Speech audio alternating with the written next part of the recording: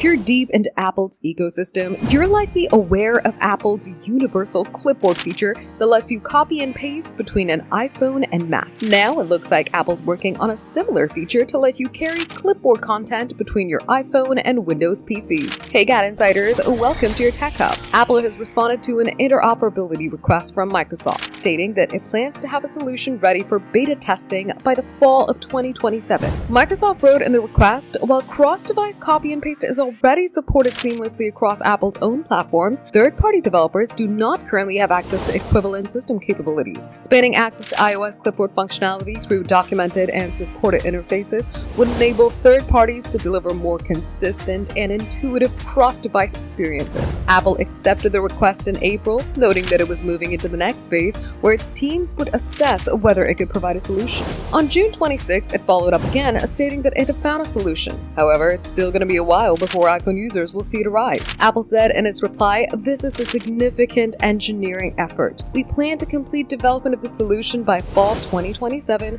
and ship it shortly after a beta release prior to full release. We'll update you once we've shipped it in a beta release." Notably, this feature might be available only to iPhone users in the European Union. Apple's required to take interoperability requests like these because of the EU's Digital Markets Act, which has regulations aimed at opening closed tech ecosystems, so you can expect similar features to work across their devices. Apple recently lost an appeal challenging its gatekeeper status under the DMA in the EU, meaning it has to follow interoperability rules governing core technology platforms. For more updates, subscribe to GadInsider, like and share the video, and don't forget to press the bell icon so you never miss any update.